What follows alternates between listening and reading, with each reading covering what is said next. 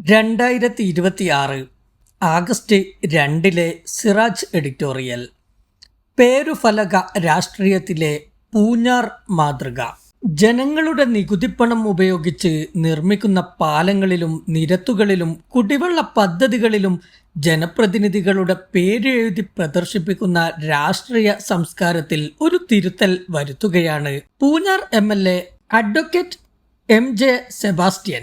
MLA ഫണ്ടും മറ്റു സർക്കാർ ഫണ്ടുകളും ഉപയോഗിച്ച് മണ്ഡലത്തിൽ നടപ്പാക്കുന്ന ഒരു വികസന പദ്ധതിക്കു മുന്നിലും തന്റെ പേരെഴുതിയ ബോർഡുകളോ ഫലകങ്ങളോ സ്ഥാപിക്കില്ലെന്ന് പ്രഖ്യാപിച്ചിരിക്കുകയാണ് അദ്ദേഹം. സർക്കാർ ഫണ്ടുകൾ ജനങ്ങളുടെ പണമാണ്. അതുപയോഗിച്ച് നടപ്പാക്കുന്ന വികസന പദ്ധതികളിൽ ജനപ്രതിനിധിയുടെ പേര് എഴുതി വെക്കുന്നത് ശരിയല്ല എന്ന അദ്ദേഹത്തിന്റെ വാക്കുകൾക്ക് അടിവരയിടേണ്ടതാണ്. ജനാധിപത്യ രാഷ്ട്രീയത്തിൽ പുതിയ ദിശാബോധം നൽകേണ്ടതാണ് ഈ വാക്കുകൾ. ജനങ്ങളിൽ നിന്ന് ഈടാക്കുന്ന വിവിധ നികുതികളിലൂടെ സമാഹരിക്കുന്നതാണ് പൊതുഖജനാവിലെ പണം. ഇതാണ് പദ്ധതി പ്രവർത്തനങ്ങൾക്ക് ഉപയോഗിക്കുന്നത്. തങ്ങൾ നൽകുന്ന നികുതി പണം കൃത്യമായും സുതാര്യമായും പൊതു ആവശ്യങ്ങൾക്കും വികസന പ്രവർത്തനങ്ങൾക്കും ഉപയോഗപ്പെടുത്തുന്നുവെന്ന് ഉറപ്പുവരുത്താനാണ് ജനങ്ങൾ പ്രതിനിധികളെ സഭകളിലേക്ക് അയക്കുന്നത്. തൻ്റെ മണ്ഡലത്തിലും അധികാരപരിധിയിലും പദ്ധതികൾ നടപ്പാക്കേണ്ടതും വികസനങ്ങൾ കൊണ്ടുവരേണ്ടതും ജനപ്രതിനിധികളുടെ കടമയും ഭരണഘടനാപരമായ ചുമതലയുമാണ്.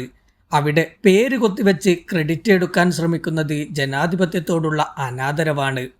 MLA ഫണ്ട് എന്ന പേര് തന്നെ തെറ്റിദ്ധാരണ സൃഷ്ടിക്കുന്നു. സ്വകാര്യ സമ്പാദ്യമോ ഔദാര്യമോ അല്ല ഇത്. ജനങ്ങളുടെ നികുതി പണത്തിൽ നിന്നുള്ള വിഹിതമാണ്. ഏത് പദ്ധതികൾക്ക് മുൻഗണന നൽകണമെന്ന് നിർദ്ദേശിക്കാനുള്ള ഉത്തരവാദിത്വം മാത്രമാണ് ജനപ്രതിനിധിക്കുള്ളത്. പണം അനുവദിക്കുന്നതും പദ്ധതി നിർവഹണം നിർവഹിക്കുന്നതും സർക്കാർ സംവിധാനങ്ങളാണ്. വ്യക്തി കേന്ദ്രീകൃതവും പ്രചരണാധിഷ്ഠിതവുമാണ് ഇന്നത്തെ രാഷ്ട്രീയം. പൊതുഫണ്ട് ഉപയോഗിച്ച് നടത്തുന്ന ഏതൊരു ചെറിയ കാര്യത്തിലും ജനപ്രതിനിധിയുടെ പേരും ചിത്രവും ആലേഖനം ചെയ്ത ബോർഡുകളും ഫ്ലക്സുകളും സ്ഥാപിക്കപ്പെടുന്നു.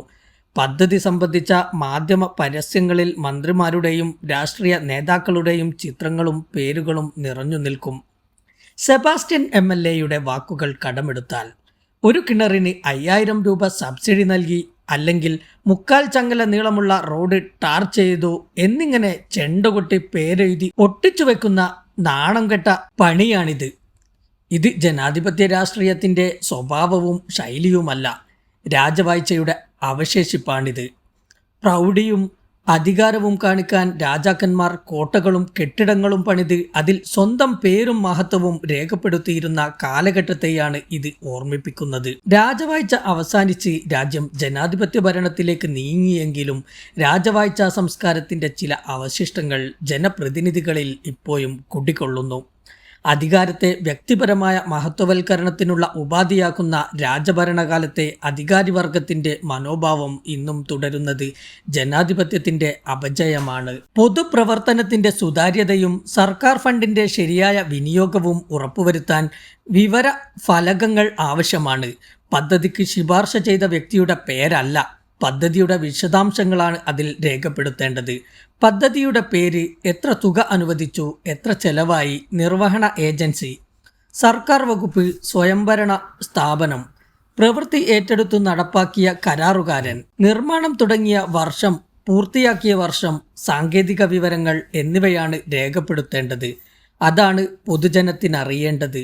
പദ്ധതിയുടെ തുകയും അത് നിർവഹിച്ചവരുടെ പേര് വിവരങ്ങളും പരസ്യപ്പെടുത്തുമ്പോൾ കരാറുകാർക്കും ഉദ്യോഗസ്ഥർക്കും കൂടുതൽ ഉത്തരവാദിത്വബോധം കൈവരും. ഭാവിയിൽ നിർമ്മാണത്തിൽ എന്തെങ്കിലും വീഴ്ചയോ അപാകതയോ കണ്ടെത്തിയാൽ ഫലകത്തിലെ വിവരങ്ങളും കണക്കുകളും തെളിവായി മാറും. MJ സെബാസ്റ്റ്യൻ എടുത്ത നിലപാട് പൂഞ്ഞാർ മണ്ഡലത്തിൽ മാത്രം ഒതുങ്ങി നിൽക്കേണ്ടതല്ല.